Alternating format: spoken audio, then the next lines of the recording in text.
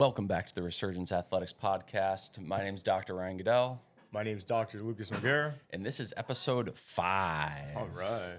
So for today, we're talking about sports equipment, advancements in sports equipment. Here we go. So there's been a lot of advancements over the years. And one of the most notable things we've seen has been with carbon fiber. So the materials that sporting equipment is made out of. We have textiles, we have how the balls are designed, and there's a lot of factors that go into those progressions in sport. And that has changed the way that some of the rules around certain sports have been designed and changed over the years. And then leads into discussions about, is it fair access to this equipment? Does that take away from the natural nature of the sport? So little incremental changes in something as simple as equipment that might seem like absolutely nothing can have massive impacts on the actual sport itself and open the floodgates for world records to be broken and all sorts of things, even from safety perspectives. And if that should be even something from a safety standpoint should be allowed in the sport. And I think one of the biggest things that's changed sports is carbon fiber, just carbon fiber materials and how that's shown up into all different aspects of sports equipment over the years. I mean, what are just some notable examples that you think of when you think about carbon fiber and sports equipment? Whenever I think about carbon fiber, I think about running shoes.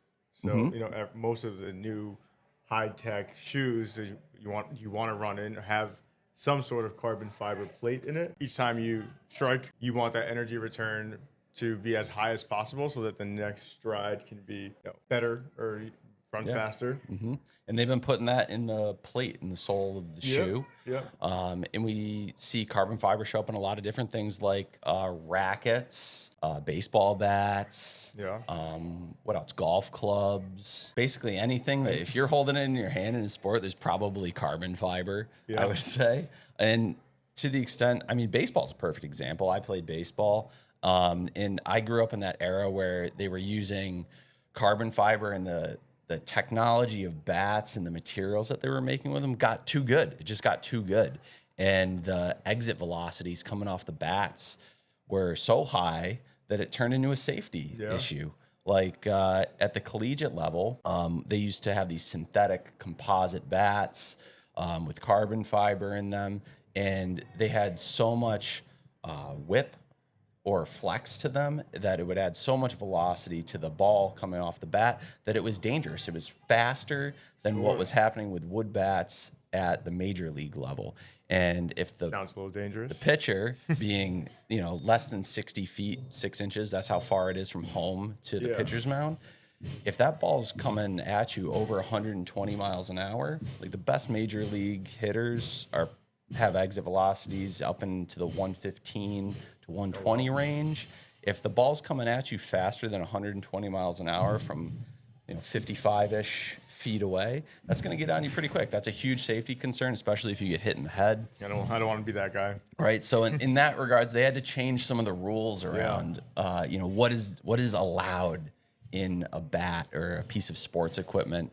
And even with running, the running shoes, I know Kipchoge ran in that running shoe that had the carbon fiber plate in it. Nike had designed that shoe, and it was to try to break the 2-hour marathon record, right? Oh, yeah. And he did it. He did it. I think he just made it under a sub 2-hour marathon. Right. Which is insane. That's breaking it down. It's probably like 4 minutes and 30 seconds-ish per mile. Yep. But 20-some miles. That opened a whole conversation around like fairness in sport too. Like, what were some of the discussions that were around that shoe at the time? Basically they were saying going back to the energy production that each shoe gives. Generally speaking, most shoes give about like 65% of that energy force. This shoe apparently gave like 80%, which is much higher than it. You should take it more into account when it's a prolonged run versus a 100-meter sprint, right? So for a marathon, you're getting this much more energy force, energy production from a shoe.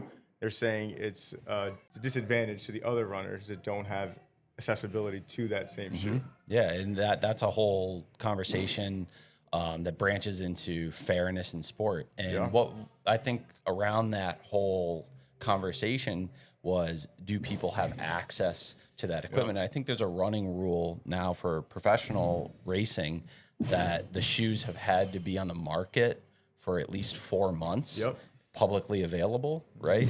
That way people can get the shoe, train in it, and that's then the big thing. they all have access to it for the potential race that they're going to compete in. And with running shoes too, like the foams have come a long way. The densities and the materials that the foams are made out of goes back into that same conversation of, you know, how much energy is being absorbed into the foam and then released. And that's just another advancement in footwear, which is now regulated, right? So I was reading that now they regulated the size. I think it was 40 millimeters. 40 millimeters, is the thickness of the sole of the shoe that you're allowed to have. To make it fair for everyone. Which I'd agree with that part of it. Right? Making it as fair as possible. But sometimes they pull back on what the rules were at certain points. Like, what was the thing that we found with the soccer in the 1970s? Like the shoes used to be leather. Right? And then the advent of like making plastic cleats. It was like the sole of the cleat was like a polyurethane, plastic or something like that. And like leather shoes are way heavier than plastic shoes and less durable, probably. And then they didn't let them use the polyurethane or the plastic soled soccer cleats, right? They got banned. And then they've now backtracked on that. That's normalized across the whole sport. But that gets into that conversation too about like advancements in equipment and having, you know, access to them. Some things might be too much too fast, where the adoption period needs to be a little bit prolonged, or the league needs to come around to it, or the players. And now you have players unions, and then like the whole sports organization and the regulating bodies in sports, and they all need to be in agreement on what is going to be allowed to be used in the sport. It also goes back to like what we mentioned earlier was like the sponsorships, right? So what if someone has a sponsorship with, say, Nike, right? And Adidas makes this new cutting edge technology shoe, then what happens? Did you have to break an agreement with your contract so that you can use the shoe? That you gets have to cover into the logo, endorsement deals, and like all the things that go into equipment sponsorships and all that stuff with athletes, because that's a lot on the line with that, because they want to play well. Endorsers want their logo in front of everything. And that's just scratching the surface. And, you know, carbon fiber, coming back to carbon fiber, has appeared all over sports, from cycling to running to racket sports to you name it. At almost every sport. I feel like carbon fibers, and probably the most significant advancement in sporting equipment. It's lightweight.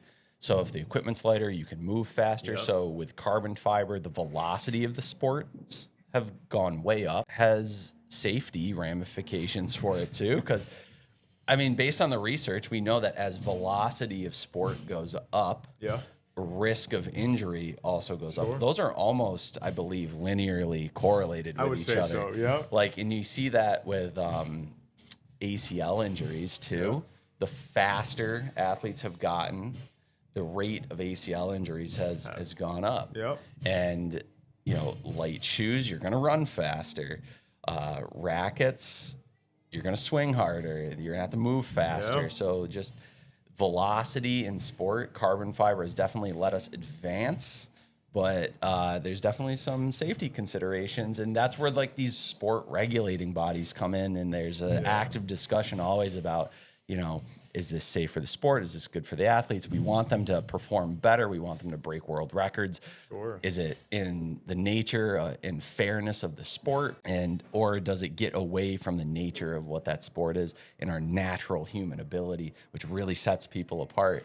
There's a lot of opinions about this. There's a lot of opinions about this. So that's definitely something. Go off in the comments about that. Like, you know, with these advancements in some sport equipment and technology, is it fair to just let them go nuts, or do we have to like regulate some of these things? And what are great examples of that? And then we have clothing too, and the stuff that people wear while they're playing the sport. And I think one of the most notable things on that was swimming. Swimsuits.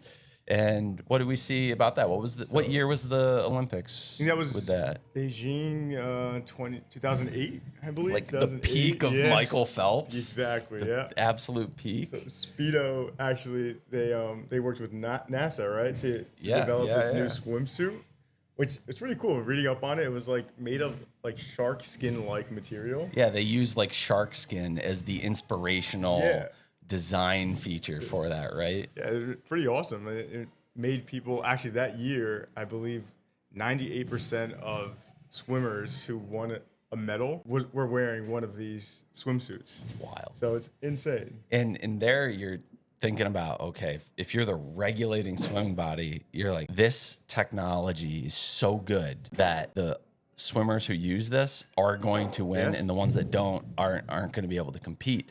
And they did end up banning that suit, They did, right? Yep. Has that now backtracked a little bit? I'm not sure. Not sure, to be honest, but I don't think so. I didn't read anything on it. Those suits don't last that long either. Yeah, I think you have like a 10-wear use out of them before you have to actually replace them, and they go for like $550. It's really I was looking it up because kind of want to get one for myself. So it's $55 per wear. Exactly, insane, yeah. Wow. The name of it is actually the coolest part about it is the Laser Racer. The Laser Racer. I kind of want one, even though I don't swim. I kind of want a Laser Racer, which is why I did all the research on it. If you catch me at the Jersey Shore with a Laser Racer on, just mind your business. Zipping by the Jersey Shore, down the shore with that little shark fin on your back. Exactly, right? And they also use some technologies around fabrics for skiing too, like the skiers with the long distance jumping. The material and its wind resistance can significantly affect how far somebody jumps. So that's just another example of like clothing technology and advancement in sport.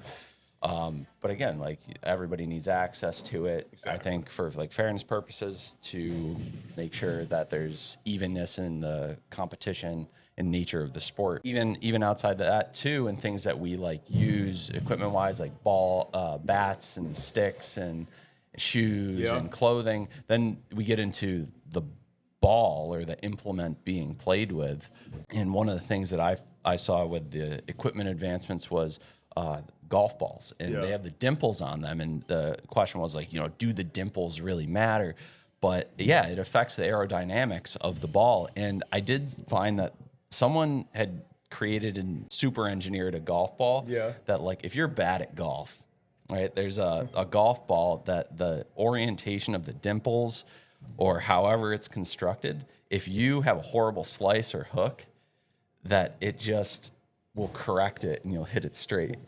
I need one of those. I definitely need one of those. So if you're planning on placing, some bets with your friends when you're on the course, and you want to make sure you're hitting the ball straight, you got to get some of these fancy golf balls to correct the course of your swing. But yeah, even down to the ball itself, how it's constructed can significantly change the game. In baseball, there was a discussion around like how tightly the balls are wound with the twine. Yeah. And so the more dense the ball is, or how high the seams are, plays a huge role in how the flight trajectory of the ball is going to be. So I think what happened in one of the previous seasons recently was the balls were being wound a little bit tighter than usual. Okay. There was some discussion around if that was actually happening or not.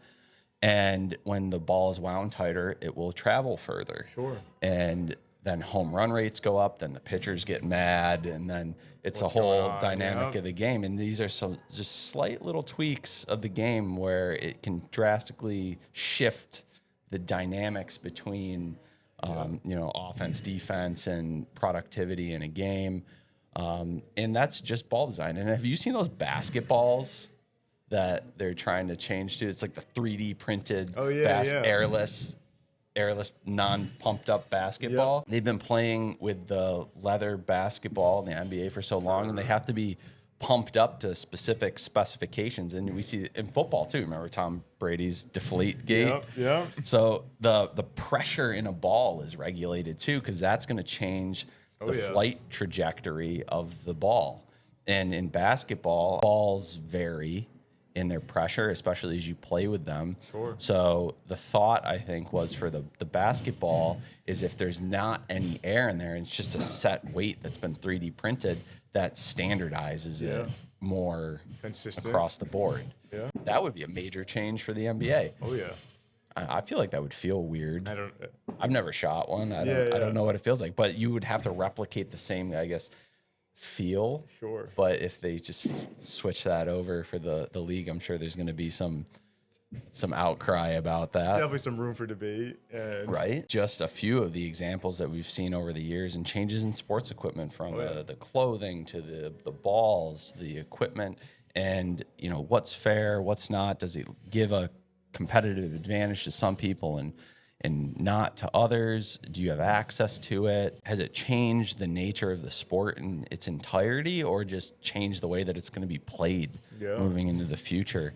And we didn't even get into discussion about turf and like artificial turf compared to real grass and tracks and how they're designed, and rubber on the surfaces, and all those things change the way a game is played. And we've seen that with football, especially with injury rates and how turf might cause more injuries than natural grass. And then you're thinking about too, what materials and how have the bottom of cleats changed with the spikes?